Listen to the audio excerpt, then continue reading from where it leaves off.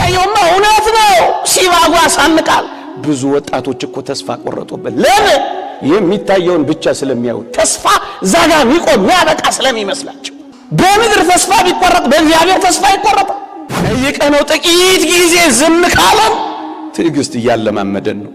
ጠይቀነው ጭራሽ መልስ ካልሰጠን አትጠራጠሩ፣ ጠልቶን ሳይወደን ቀርቶ ረስቶን ሳይኖር ቀርቶ የሌለ ሆኖ አይደለም፣ የተሻለ እያዘጋጀልን ስለሆነ።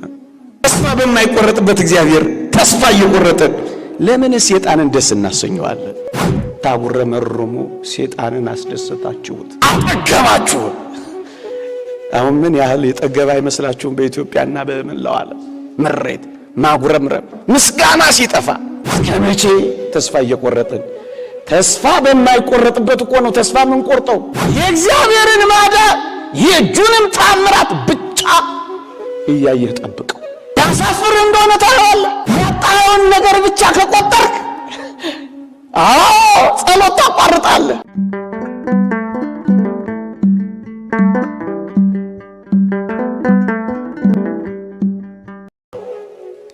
እሱን እንድናስብ የረዳን ልዑለ ባሕርይ አምላካችን እግዚአብሔር ይክበር ይመስገን። ለቀደምት አበው ለነቢያት፣ ለቅዱሳን ሐዋርያት፣ ለሐዋርያውያን አበው ለሊቃውንት የገለጸውን ጥበብና ምስጢር ለሁላችንም ይግለጽልን። እንደ እግዚአብሔር ቅዱስ ፈቃድ ጥቂት ማቁሰል በሚል ርዕስ እንማራለን። እግዚአብሔር ከሁላችን ጋር ይሁን።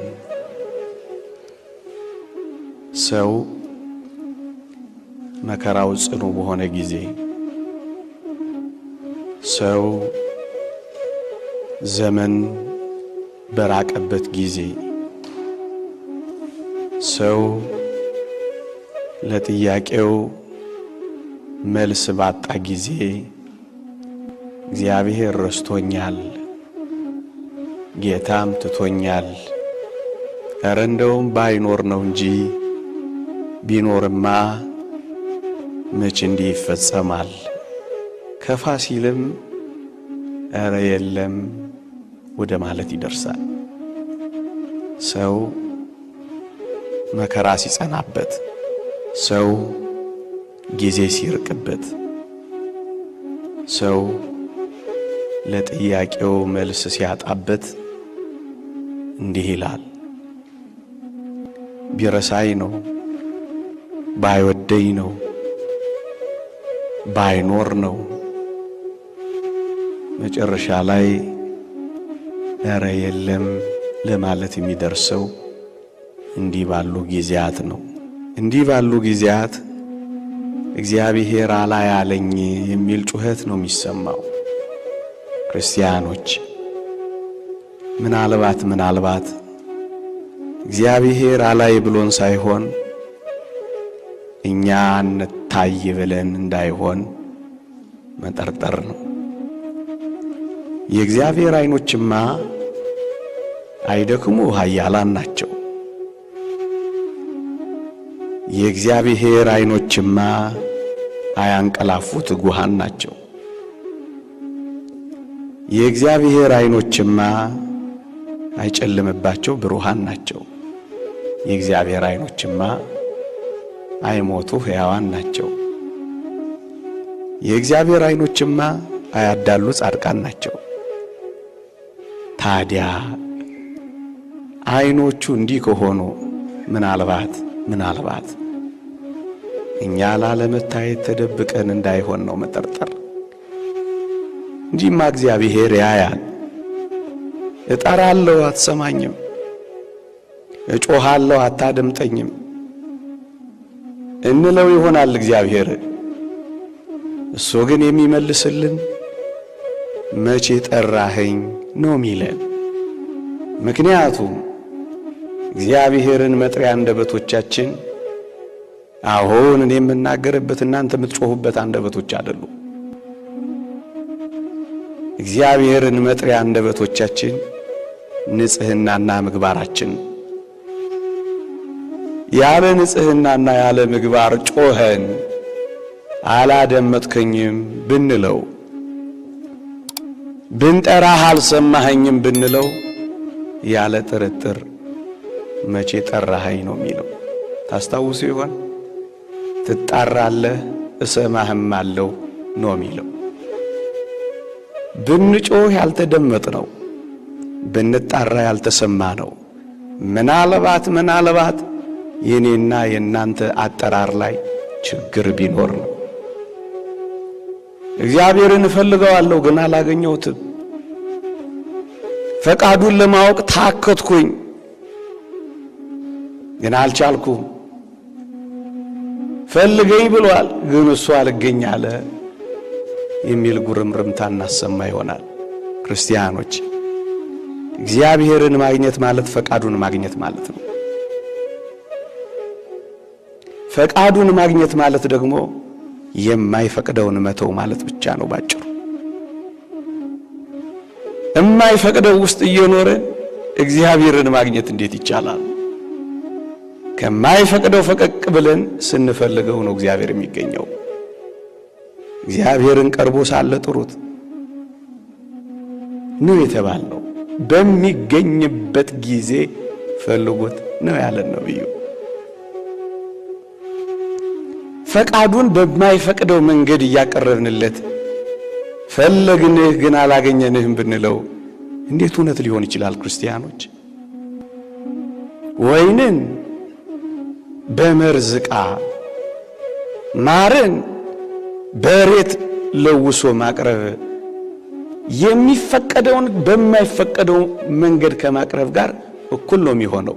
ታዲያ እንዴት እግዚአብሔር ረስቶኛል፣ ጌታም ትቶኛል፣ ኧረ እንደው ባይኖር ነው፣ ኧረ የለም እስከ ማለት የምንደርሰው ምናልባት እኔና እናንተ የሚፈቅደውን በማይፈቅደው መንገድ እያቀረብን እንዳይሆን እንጠርጥረው። ክርስቲያኖች፣ ጾሙ ከግፍና ከዝሙት ጋር፣ ጸሎቱ ከቂምና ከጠብና ከክርክር ጋር፣ ምጽዋቱ ከንፍገትና ከስስት ጋር፣ ዝማሬው ከጭፈራ ጋር፣ ሽብሸባው ከዳንስ ጋር፣ ቅዳሴው ከመርከስ ጋር ምናቀርብለት ከሆነ እውነት ነው ፈቃዱን ማግኘት አንችልም። የቀረብነው እንመስላለን ግን ሩቆች ነን። እናስቀድሳለን ግን አንቀደስም። እንወድሃለን እንለዋለን ግን አንታዘዝም። ታዲያ እንዴት አድርጎ የመከራው ጊዜ ያጥራል? እንዴት አድርጎ የረዘመው ጊዜ ያጥራል? እንዴት አድርጎ ጥያቄያችን ይመለሳል? ብዙ ሰው አያችሁ፣ እግዚአብሔር ርቆት ሳይሆን እግዚአብሔር ቀርቦት እንኳን መልስ ማግኘት አቅቶታል። ከኛ ሩቅ ነህ እንዳንለው ሰው እስከ መሆን ቀርቦናል። በምን እንወቅህ እንዳንለው በመገለጡ ራሱን ገልጦልናል። እንዴት ነው የምትወደኝ ብለን እንዳንጠይቀው እስከ ሞት ድረስ ወዶ አሳይቶናል። ታዲያ ከዚህ በቀር የኔና የናንተን ጥቂት ጥያቄዎች ለመመለስ እግዚአብሔር ከኔና ከናንተ በጣም ሩቅ ይመስለናል። ምናልባት እኔና እናንተ ርቀነው እንዳይሆን ራሳችንን ነው የምንጠረጥረው። እግዚአብሔርን ስለመስማቱ አንጠራጠረውም። እኛ ግን በትክክል ስለመጠየቃችን ግን እንጠራጠረው ይገባል። ታዲያ ምን እናድርግ? ጥቂት ነጥቦችን ላስታውሳችሁ። የመጀመሪያው፣ ክርስቲያን ሆይ ሁል ጊዜ መከራው ጸናብኝ፣ ቀኑ ረዘመብኝ፣ ጥያቄ መልስ አጣው ብለህ ጀርባህን እንዳትሰጠው፣ ተስፋም እንዳትቆርጥ፣ እንዳትመረርም፣ አምላክህንም እንዳትተው ሁል ጊዜ የማይታየውን ፈልገው፣ የማይታየውን እየው። ምን ማለት ነው? አንድ ጥቅስ ላንብብላችሁ። ሁለተኛ ቆሮንቶስ ምዕራፍ 4 ቁጥር 17 እንዲህ ይላል፣ የማይታየውን እንጂ የሚታየውን ባንመለከት ቀላል የሆነው የጊዜው መከራችን የክብርንና የዘላለምን ብዛት ያደርግልናልና። የሚታየው የጊዜው ነው፣ የማይታየው ግን የዘላለም ነው ይልላችኋል። እዩት፣ ልብ ብላችሁ አዳምጡት። የማይታየውን እንጂ የሚታየውን ባንመለከት ቀላልና ለጊዜው የሆነው መከራችን የክብርንና የዘላለምን ብዛት ያደርግልናል። የሚታየው የጊዜው ነው፣ የማይታየው የዘላለም ነው። ክርስቲያን ሆይ አንተ ግን ሁል ጊዜ ዓይኖችህን ከሚታየው ላይ አንሳና ወደማይታየው ወርውረው። የዓሣ አንበሪውን ዮናስ ተመልከተው። ዮናስ በዓሣ አንበሪ ሆድ ውስጥ ገብቶ የዓሣ አንበሪውን ጨጓራዎች፣ የዓሣ አንበሪውን ጥርሶች፣ የዓሣ አንበሪውን የሚፈጩ የሚያቀልጡ ኤንዛይሞች እነሱን አይደለም የሚመለከተው። እግዚአብሔር ያሳያችሁ፣ ልዑልም ያመልክታችሁ። ዓሣ አንበሪ ሆድ ውስጥ ሆኖ ጥርሱን አለመመልከት ከባድ አይደል? ይህን ነቢይ ተመልከቱት። ከሚታየው ጥርሱ በላይ የማይታየውን እግዚአብሔርን አይቷል። አያችሁ? ዓሣ አንበሪ ሆድ ውስጥ ሆኖ ወደ ቅዱስ መቅደስህ እመለከታለሁ። በዓሣ አንበሪ ከርስ ውስጥ ሆኖ ነቢዩ የሚያየው ቅዱስ መቅደሱን። ምን አይነት ድንቅ እይታ ነው! ክርስቲያኖች፣ ይሄ ቃል አያጽናና? መቅደሱ ውስጥ ሆነን መቅደሱን መመልከት ያልቻልነው፣ እጆቹ ውስጥ ሆነን ተአምራቱን ያላጣጣምነው፣ ረድኤቱ ስር ሆነን የረድኤቱ ሥራ ያልገባንን፣ በመግቦቱ ጠብቆ እያኖረን ጥበቃውን አጋጣሚ ያደረግነውን እኛን አይገስጸንም? ከሱ ጋር ሆነን ርቀነዋል። አጠገቡ ሆነን አላወቅነው። እየዘመርንለት አልገባንም። እያገለገልነው አናውቀው። እውነቱን ነው ያሰባኪ እግዚአብሔርን የማያውቁ የእግዚአብሔር ሰዎች ብሎ የሰበከው። እየተናገርንለት አልገባንም። በአደባባይ የጮንለት በጓዳና ልቅስም። እዩት፣ ዓሣ አንበሪ ሆድ ውስጥ ሆኖ እሱ የሚያየው መቅደሱን ነው። የማይታየውን ተመልከተው። እስከ መቼ ችግሩንና መከራውን ብቻ እያየን ተስፋ እንቆርጣለን? እስከ መቼ ሊውጠን የከፈተውን የዚህን ዓለም አፍ እያየን እስከ መቼ ተስፋ እንቆርጣለን?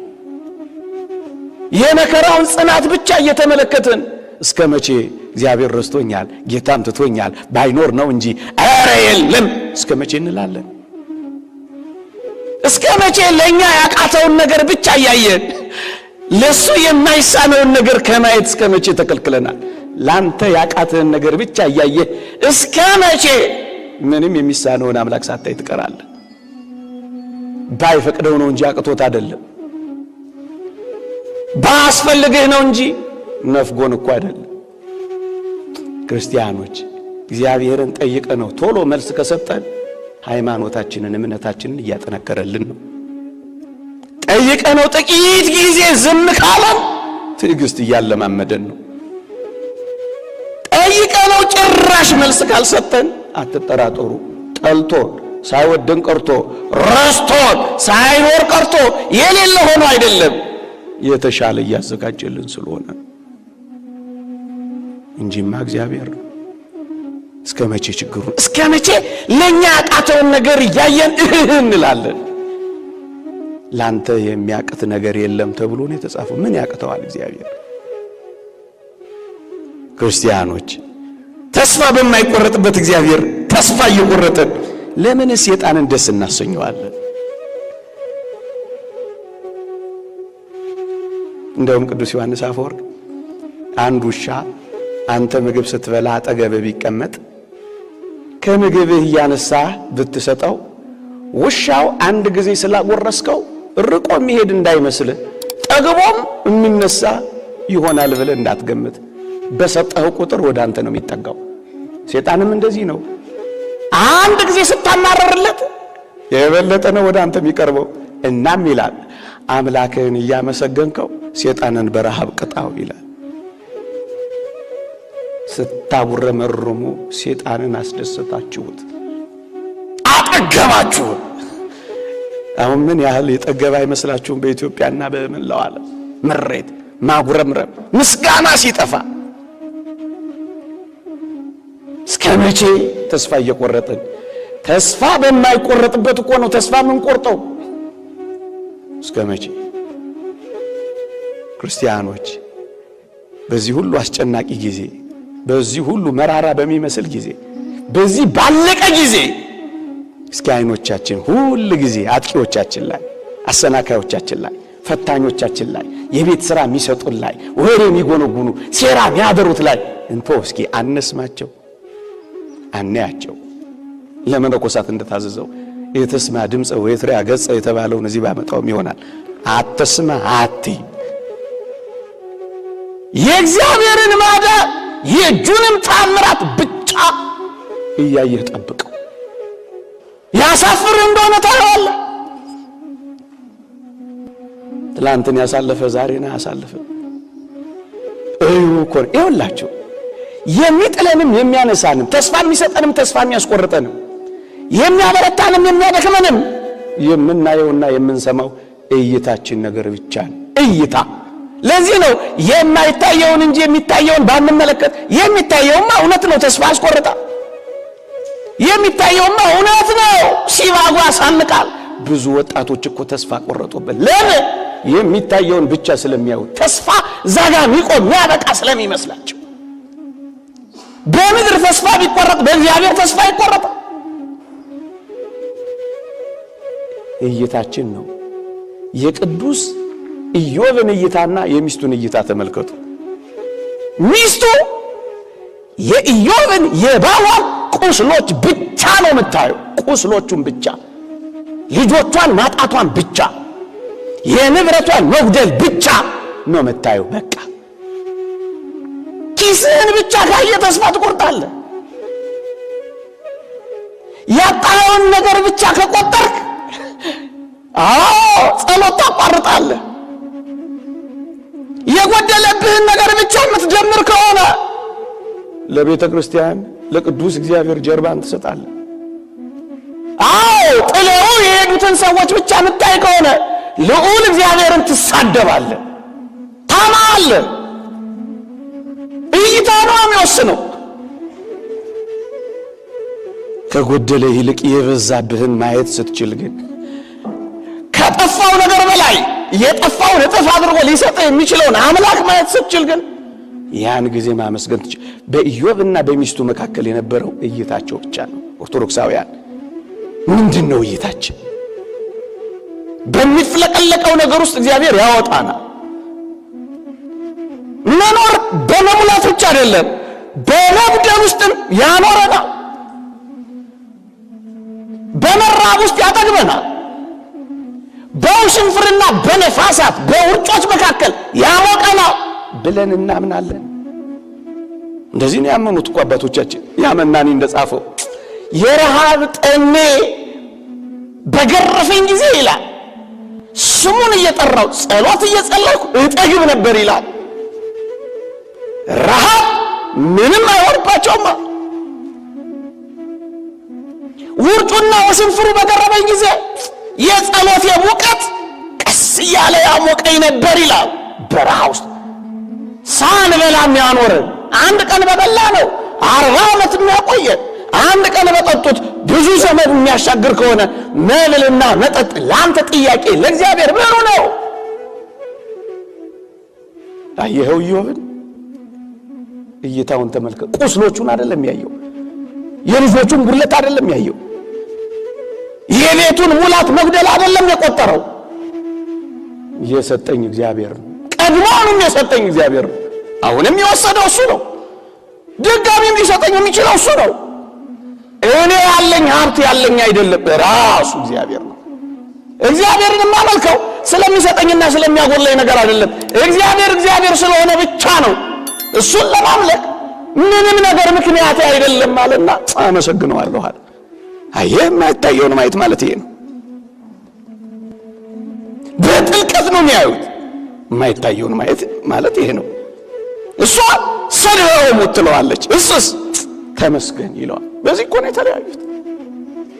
በእይታቸው ነው የተለያዩት። ክርስቲያኖች በተለይ በዚህ ዘመን ኦርቶዶክሳውያን እይታችሁን ከፍ አድርጉት።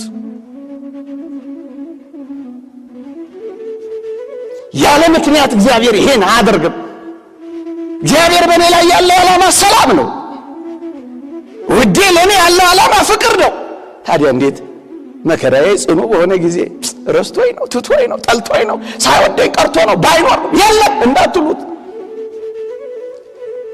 ትላንትኛ ጋር የነበሩ እኮ ትተውት የሄዱት መከራ ስለጸናባቸው ጥያቄያቸው መልስ ሲያጣ ጊዜ ሲረዝምባቸው ደግሞ እስኪ እዛ ልሞክረው ብሎ እኮ ነው የሄዱት። ሌላ መስሏችሁ እንዳይመስላችሁ። ሲኒ የሚገለብጡት፣ ሞራ የሚገልጡት፣ ሪሚጦ የሚጥሉት፣ እርቃናቸውን ባያድ የሚሄዱ የሚሰልቡት እኛ ጋር ሌላ ጋር የሚሆኑት እግዚአብሔር ረሳቸው፣ ልዑልም የተዋቸው፣ ጥያቄ ያልተመለሰላቸው እየመሰላቸው እኮ። እይታችን ግን ሲስተካከል ተመስገን አንተ ሰጠኝ አንተ ነሳ እይታችን ነው። ወዮ ብሎ የሚደነግጠው እኮ እይታው እኮ ነው። የነብዩ ረድና አገልጋይ ኤልሳ ጊያዝ በሯን ከፈት አደረገና ሲያይ ፈረሶችና ሰረገሎች ከበዋቸው አየ። ወዮ ሞትናል። አሁን እንደዚህ ያላችሁ የላችሁ? ወዮ ጠፋን፣ ወዮ ሞት፣ ወዮ አለቀልን። የሚቃጠለው የሚነቀነቀው እያየን ወዮ ያለ እይታው እኮ ነው። አያችሁ፣ እሱ ያየው እነዛን የጠላቶቻቸውን ፈረሶችና ሰረገሎች ብቻ ነበር ያየው። አቤቱ አይኖቹን ግለጣላ ገብቶታል ነብዩ። አይኖቻችንን የሚያስገልጡ ደጋግ አባቶቻችንን ያስነሳልን። በእውነት ግለጡላቸው ያስብሉ። ከጠላቶቻችን በላይ ወዳጆቻችንን የሚያሳዩ፣ ከጉርለታችን በላይ ሙላታችንን የሚያስቆጥሩ፣ ከቀረብን ይልቅ የተሰጠንን የሚያሳዩ፣ ከሆነው ይልቅ የምን ሆነውን የሚያስጎበኙን ብዙ ኤልሳዎች በሰጠን። ልክ አይኖቹን ግለጥ ብሎ ሲጸልይ አይኖቹ ሲገለጡ ከጠላቶቻቸው በላይ ቅዱሳን መላእክት ከቧቸዋል። ወዮ ብሎ ነበር፣ እሱ ጠፋ። እይታችሁን አስተካክሉት። ሁለተኛ፣ በመከራው ጽኑ በሆነ ጊዜ፣ ጥያቄዎቻችን መልስ ባጡ ጊዜ፣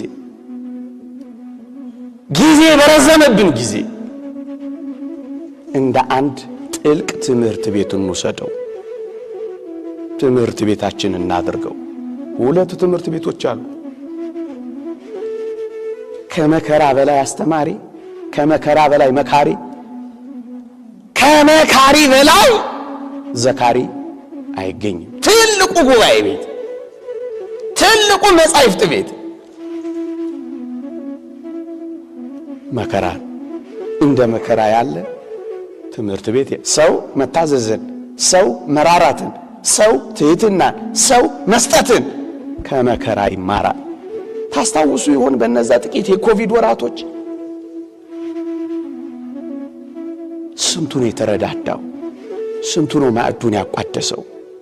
ስንቱ ነው የድሆችን ጉሮሮ የደፈነው? ስንቱ ነው የቤት ኪራይ የተወው? አያችሁ መከራ እንዴት ሰውን እንደሚያራራ፣ መስጠትን እንደሚያስተምር፣ መፋቀርን እንደሚያመጣ እንዳትጠሉት። አንድ አሻራ አንድ ትምህርት ትወልን ነው የሚያልፈው። ይኸውላችሁ ሰው ከስህተቱና ከራሱ ጽድቅ ልብ በሉ። ሰው ከስህተቱና ከራሱ ጽድቅ እግዚአብሔር ሊገላግለው አንዳንዴ መከራውን ጽኑ ያደርግበት። ዝም ይለዋል፣ ጥያቄውን አይመልስም። ለምን? ሰው ከስህተቱና ከራሱ ጽድቅ እንዲወጣ። ለዚህ አብነት አለን። እሱም ቅዱስ ጳውሎስ ነው። እንዲህ የሚል ቃል ተቀምጧል። በመገለጥ ታላቅነት እንዳልታበይ፣ ልብ ብላችሁ አዳምጡት። በመገለጥ ታላቅነት እንዳልታበይ የሥጋዬ መውጊያ እርሱም የሚጎስመኝ የሰይጣን መልእክተኛ ተሰጠኝ አለና ይሄውም አለ እንዳልታበይ ነው። እስከ ሦስተኛው ሰማይ ተነጥቋል። መጀመሪያ ከልዋሪቆን እስከ ደማስቆ ገስግሶ የእግሮቹ ሸጎና እስኪነቀሉ ድረስ ተንከራቷል። በዚህም ጥቂት እንዳይታበይ ደግሞስ እስከ ሦስተኛው ሰማይ ወጥቶ ሰው ሊሰማው የማይችለውን ቋንቋ ሰምቶ ተመልሷል። በዚህም እንዳይታበይ እና ምን አድርጎታል? በመገለጥ ታላቅነት እንዳልታበይ የሥጋዬ መውጊያ እርሱም የሚጎስመኝ የሰይጣን መልእክተኛ ተሰጠኝ ካለ በኋላ ይሄው እንዳልታበይ ነው አለ። አንዳንዴ እንዳንታበይ ጥቂት ይጎስመን ይችላል፣ ጥቂት ሊወስድብን ይችላል። በራሳችን ጽድቅ ተመክተን እግዚአብሔርን እንዳንሰድበው እንዳናመው ከእሱ እንዳንወጣ እግዚአብሔር ሊያጎርልብን ይችላል። እግዚአብሔር በበሽታ ይሁን በጤንነት ወደሱ በምን እንደሚያቀርበን እኛ እናውቅም። ቅዱስ ይስሐቅ እንዳለው በጤንነት ይሁን በበሽታ እግዚአብሔር ወደ አንተ የሚመጣው በምን እንደሆነ አታውቅም ነው የሚለው።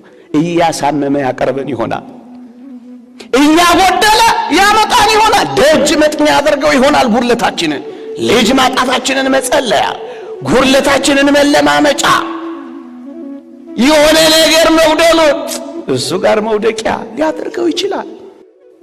ለዚህ ነው ቅዱስ ይስሐቅ የተባለ አባት እግዚአብሔር መከራዎችንና አስቸጋሪ ነገሮችን በጻድቁ ሰው ላይ የሚያመጣው ይላል ሰውየው ድካሙን እንዲያውቅ ነው ይላል። ድካማችንን እንድናውቅ ነው፣ ጠልቶን አይደለም። ድካማችንን እንድናውቅ ነው፣ ረስቶን አይደለም። ድካማችንን እንድናውቅ ነው፣ ባይወር ሆኖ አይደለም። ድካማችንን እንድናውቅ ነው። ከዚህ የበለጠ ዕውቀት ምን አለ? ያ አባት እንዳለው አንተነትህን አሳውቀኝ የኔን ድካም ደግሞ ግለጥልኝ እያለ ሁሌ ይጸልይ ነበር እንደተባለው አባት። ከዚህ በላይ ዕውቀት እኮ የለም። ራስን ከማወቅ የበለጠ ከትዕቢት የምታድን ወደ ትሕትና የምታደርስ ጽኑ ፈውስ የለችም። ድካሙን እንዲያውቅ ነው ካለ በኋላ መከራ ትሕትናን ይፈጥራልና ይላል። እኛ ራሳችንን በትሕትና እስክናዋርድ ድረስ ይላል አንተኛን መፈተንህ እውነተኛ ነገር ነው ይላል። በትሕትና እስክናዋርድ ድረስ በአንተ ፊት እስክንዘረጋ ድረስ አንተኛን መፈተንህ እውነት ነው። ሦስተኛው ልጅ ነህ የመወደድህ ምልክት ነው። መከራው ጽኑ በሆነ ጊዜ፣ ጥያቄ መልስ ባጣ ጊዜ፣ ጊዜ በረዘመ ጊዜ ገሰጸኝ፣ እግዚአብሔር ቀጣኝ፣ እግዚአብሔር ተወኝ ምን ባልክ ጊዜ እንዳትረሳ እግዚአብሔር ረስቶ ጠልቶ ሳይወድ ቀርቶ ወይም ትቶ አይደለም። ታዲያ ምን ሆኖ ነው ካልከኝ ሐዋርያው ቅዱስ ጳውሎስ እንዲህ ይመልስልሃል። ምን ይላል?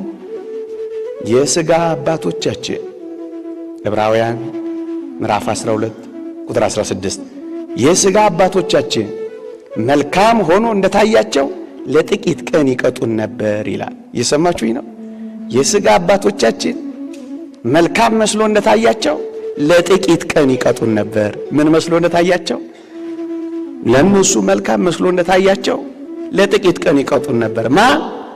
የሥጋ አባቱ እርሱ ግን ይላል ከቅድስናው እንድንካፈል ለጥቅማችን ይቀጣናል ይላል። ምን ስለሆነን? እሱ አባት፣ እኛ ምን ስለሆነን? ልጅ ከሆንክ ውደደው። የመወደድ ምልክት ነው። እነሱ ለጥቂት እንደሚቀጡን እኛም ለጥቂት እኮ ነው የምንቀጣው። ግፍግፍ እስክንል እስክንመረር እግዚአብሔር ያድርገው። ልጆቹ ነና። መጽሐፍ ቅዱስ እንዲህ ይላል፣ የምወዳቸውን ሁሉ እገሥጻቸዋለሁ እቀጣቸውም አለሁ ይላል። ራዕይ ዮሐንስ ምዕራፍ 3 ቁጥር 19። ልብ በሉ፣ የምወዳቸውን ሁሉ እገሥጻቸዋለሁ እቀጣቸውም አለሁ ይላል። ቅጣት ለጊዜው ያሳዝናል። ቅጣት ለጊዜው ያሳምማል። ቅጣት ለጊዜው ደስ አያሰኝም። ክርስቲያኖች፣ ቅጣት ለጊዜው ያስነባል፣ ግን ለጥቅም ነው። ክርስቲያኖች እኔ ልጄን መቀጣው በምን ያህል መጠን እንደሆነ የማውቀው እኔ አባቱ ስለሆንኩ ነው። እየሰማችሁኝ? ልጄ በምን ያህል መጠን ቢቀጣ ጸባዩ እንደሚስተካከል የማውቀው እኔ አባቱ ብቻ ነኝ። የልጄን ጸባይ ስለማውቀው በምን ያህል መጠን ብቀጣው ልጄን ላረመው እንደምችል የማውቀው እኔ ነኝ። አበዛኸው እንዳትሉት፣ እኛ መቼ እንደምንታረም በምን ያህል መጠን ሰው እንደምንሆን የሚያውቀው እግዚአብሔር በራሱ አባትነት እኛን ስለሚያውቀን አበዛኸው፣ የለህም፣ ረስተህናል፣ ባትወደን ነው እንዳንለው። ሐኪሞች በደንብ ሲያስታምሙት የነበሩትን ታማሚ በሉ እቤት ውሰዱትና አስታሙት ሲሉ ምን ማለታቸው? አስታሙት ካሉ መልእክት አይገባቸው የለው። በቃ ተስፋ የለውም፣ ተስፋ ቆርጦበታል። ከባባድ መድኃኒቶች ከሰጡትስ፣ ጉልኮስ ከሰኩለትስ፣ መርፌ ከወጉትስ፣ በምላጭ ከበጡትስ፣ ኦፕሬሽን ካረጉትስ ተስፋ አለው። ከነቃቀሉትና ቤት ውሰዱት ካሉ ግን ዝም ሲለን ጠርጥሩ፣ እግዚአብሔር ትቶን እንዳይሆን። እየሰማችሁኝ ነው? መለክታለሁ። 2 ሸክላዎች ነበሩ ይባላል። ሁለቱንም የሸክላው ባለቤት ውሃ ያመላልስባቸዋል። ከዕለታት አንድ ቀን አንደኛው ሸክላ ተሰነጠቀ።